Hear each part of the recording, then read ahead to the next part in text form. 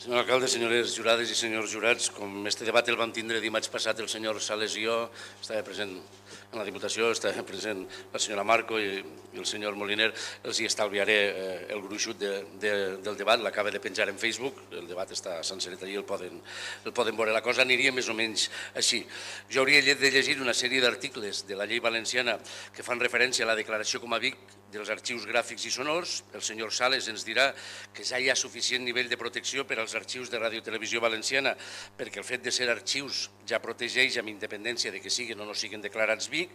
Jo els diré que la condició de Vic no tracta només de protegir, sinó també de posar en valor i donar-li publicitat, així ho estableix la pròpia llei.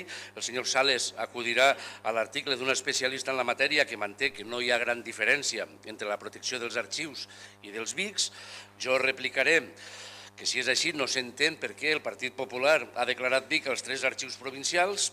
El senyor Sales recordarà l'article de la llei valenciana que diu que no es poden declarar Vic les produccions artístiques de creadors vius, si més no, sense el seu consentiment, i referint-se als arxius provincials farà la brometa de que no van trobar a Pere el Cerimoniós ni a Rufat Alonso per demanar permís.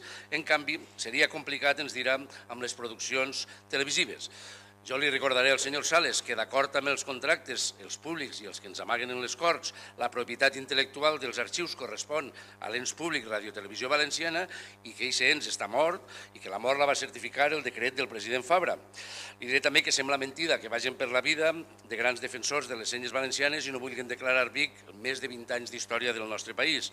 I ell farà la broma bròfega respecte que això no és un concurs de qui la té més grossa. I els dirà que no som els únics en proposar-ho. Cert, precisament l'Associació d'Arxivers, ja ho ha demanat també. Jo diré que el que crec és que passa, que els hi fa vergonya que en el futur algú pugui veure la manipulació dels seus noticiaris i ell suposa que avui haurà de fer alguna aportació novedosa i brillant perquè està en campanya. El resum, nosaltres votarem a favor i el Partit Popular en contra. En política, el dret i el fons, en política i en dret, el fons i la forma tenen la mateixa importància, també per això en justícia el dret processal és tan important, perquè les formes són la garantia de l'absència d'arbitrarietat.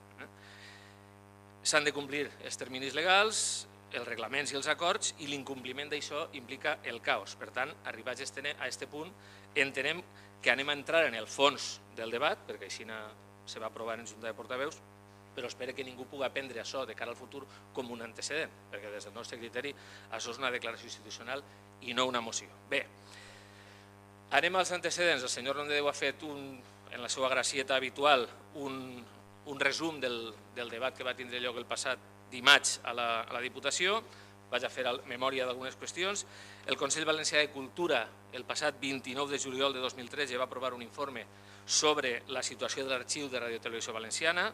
En aquest informe reflectia quina era la preocupació per el possible deteriorament i falta d'actualització dels arxius de documentació de Ràdio Televisió Valenciana i se va sol·licitar a la Generalitat una valoració urgent de la situació present i futura. La directora general de Cultura, en data 18 de setembre, i davant de l'informe del Consell Valencià de Cultura, va sol·licitar a la subdirectora que informara sobre quina era aquesta situació.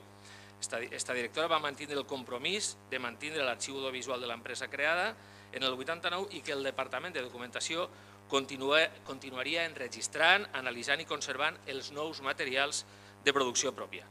La directora general, en la seva carta, va informar al president del Consell Valencià de Cultura de quins materials estaven composats els fons i en quins suports, així com els mitjans humans i materials des que disposa Ràdio Televisió Valenciana.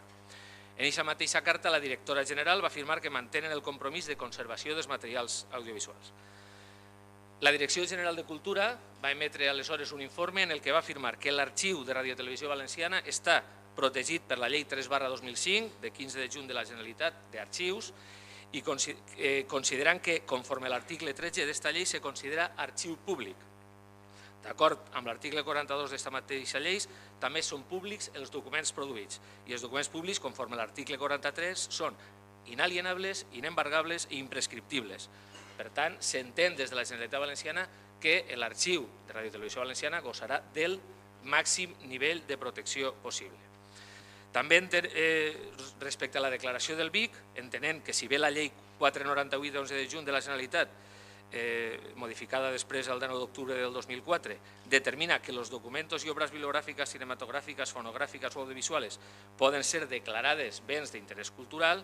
També en l'apartat 3 d'aquest mateix article s'estableix que no podran declarar-se d'interès cultural l'obra d'un autor viu sinó mitjançant autorització expressa del seu propietari o autor.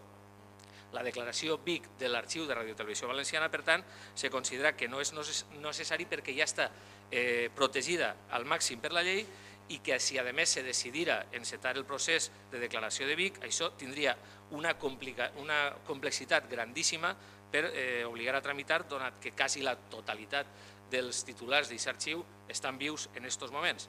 Tot i que després m'imagino el que me dirà, perquè també vaig estar en el Pleno de la Diputació. La Direcció General de Cultura i la Direcció General de Culturals, malgrat tot això, estan treballant en el sentit d'establir si serà o no serà necessari en un futur declarar-ho BIC o si serà o no serà convenient. En qualsevol cas, sí que es vull comentar també que la protecció i la salvaguarda de l'Arxiu de Radiotelevisió Valenciana està garantitzada i que s'estan analitzant totes les opcions per a decidir quina serà la seva millor ubicació i quina serà la seva millor conservació. De fet, l'Arxiu Municipal de Castelló no és BIC, vull dir que no ha tingut la necessitat de ser declarada BIC. Podria demanar-se? Sí, però no se considera perquè el nivell de protecció és el màxim.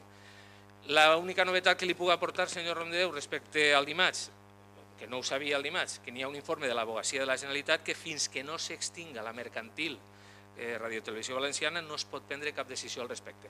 És una qüestió jurídica, molt tècnica, molt legal, però que planteja aquest informe, que fins a que no estigui extingida finalment, definitivament, la mercantil no es podrà prendre cap decisió. Però torne a repetir que Culturals no està en banda a la declaració de BIC, però que en aquests moments plantegen dubtes raonables, sobretot de caràcter tècnic. Gràcies, senyor alcalde. Senyor Sales, els articles 4, 9 i 27 de la llei. Pegui-li una repassadeta i sabrà per què això és una moció i no una declaració institucional. Entre altres coses perquè no només tenim el dret com a Ajuntament, sinó l'obligació com a administració local de promoure la declaració de béns d'interès cultural i ho podem promoure nosaltres. I com nosaltres ho promovem, és una moció perquè genera un expedient administratiu. I per molt que digui que no en el cap el senyor Pérez Macián, li hauré de recordar que este debat ja l'hem tingut i el senyor Mulet va eixir així reconeixent que s'havien equivocat i que teníem raó nosaltres quan dèiem el que ara tornem a repetir. I estaria bé que de quan en quan escoltaren el senyor Mulet. No sé si perquè porta més temps o perquè és una miqueta més equànime en les qüestions. Van dir el que vostès estaven dient ara i en el pleno següent va tindre que eixir a desmentir el que havia dit l'equip de govern i a donar-li la raó a este portaveu que deia el mateix que torna a dir ara. Articles 4, 9 i 27 de la Llei de Protecció del Patrimoni Valencià, que diu que tenim la capacitat nosaltres com a Ajuntament i l'obligació com a entitat local de promoure la declaració de BICs. I com això genera un expedient administratiu, i este és la definició que dona el reglament orgànic municipal del ple, si genera un expedient administratiu és moció, això és una moció i així ho va entendre la senyora secretària. I ja està, només sobre el fons, sobre la forma, perquè sobre el fons no hi ha res més que declarar. El que vostè, l'aportació novedosa és aquest informe que diu que encara no se pot fer, tenint en compte que vostès, per exemple, van aprovar en aquesta casa la declaració de bé d'interès cultural de les normes de Castelló fa més de 2 anys i encara està en un calaix, sabent el que els costa a vostès complir en les coses que demana aquest Ajuntament des de la Conselleria, és a dir, allò que el president Alberto Fabra li costa de complir, allò que ell va aprovar com a alcalde d'esta ciutat encara, doncs escolta, comencem ja l'expedient que encara tardarem una miqueta en aprovar-lo. M'estic qüestionant si el tema del debat no era ja no tant plantejar la moció perquè li importa al senyor Rondeau massa la declaració de BIC de l'Arxiu de Radiotelevisió Valenciana o si que el que se volia era simplement fer soroll per a parlar de la qüestió i portar el tema de Canal 9 així al plenari. La qual cosa ara ja sí que me fa dubtar si veritablement colar-lo com a moció en la Junta de Portaveus va ser una errada o tenia tota la intenció. A mi això em recorda, fa 2 anys vaig, la nit de Cap d'Any, vaig anar a passar la nit de Cap d'Any amb uns amics, a casa d'uns amics que són simpatitzants del bloc, simpatitzants de manual, vull dir, bandera groga al balcó de Volem TV3, de manual, vaja. Allí estaven diversos matrimonis per celebrar el Cap d'Any i quan va arribar el moment de menjar-se el raïm, perquè l'amic Gonzalo Romero encara no havia tret lo dels gallets de les Clemenules, quan va arribar el moment vam encendre la televisió. Jo vaig suggerir veure-les en Canal 9, les campanades en Canal 9. I el fill d'aquest matrimoni me va dir: en esta casa no se veu Canal 9. Literal. I així estem.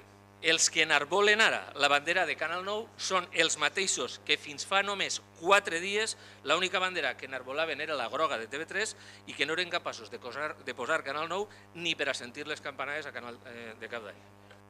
Moltes gràcies, senyor Sales. Anem a votar esta moció del Bloc Compromís. Vots a... Perdó, una miqueta d'ordre, per favor. Vots a favor d'esta moció del Bloc Compromís? Vots en contra? 15. Abstencions? Queda rebutjada.